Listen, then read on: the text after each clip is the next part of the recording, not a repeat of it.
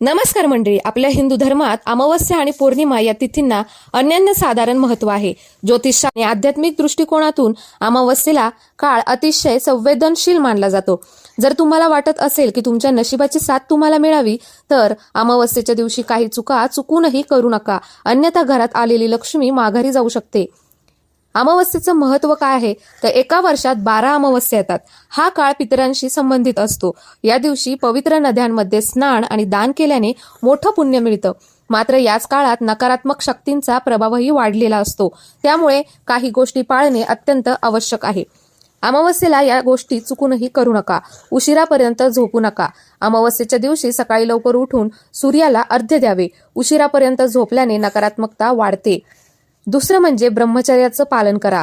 गरुड पुराणानुसार अमावस्येच्या दिवशी संयम पाळावा आणि ब्रह्मचर्याचं पालन करावं. या दिवशी शारीरिक संबंध ठेवणे शास्त्रात वर्ज्य मानलं गेलं आहे.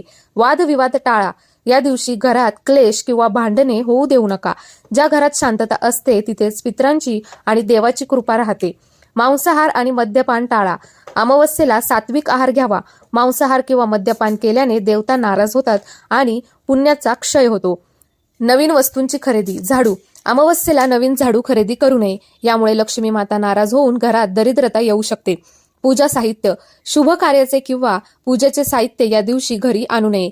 धान्य खरेदी. या दिवशी नवीन धान्य खरेदी करणे टाळावे, कारण त्याचा संबंध थेट पितृदोषाशी जोडला जातो. गरिबांचा अपमान करू नका. गरजू किंवा गरीब व्यक्तींचा अपमान केल्यास शनिदेव, राहू आणि केतूचा अशुभ प्रभाव पडू शकतो. अमावस्येला काय करावे? सकाळी लवकर उठून स्नान करावे. आपल्या पितरांच्या नावाने दान धर्म करावा.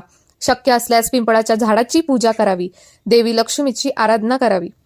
मंडळी, नशिबाची साथ मिळण्यासाठी आणि घरातील सुखशांती टिकवण्यासाठी या छोट्या पण महत्त्वाच्या नियमांचं पालन नक्की करा. तुम्ही अमावस्येला या गोष्टी पाळता का? तर ते नक्की सांगा.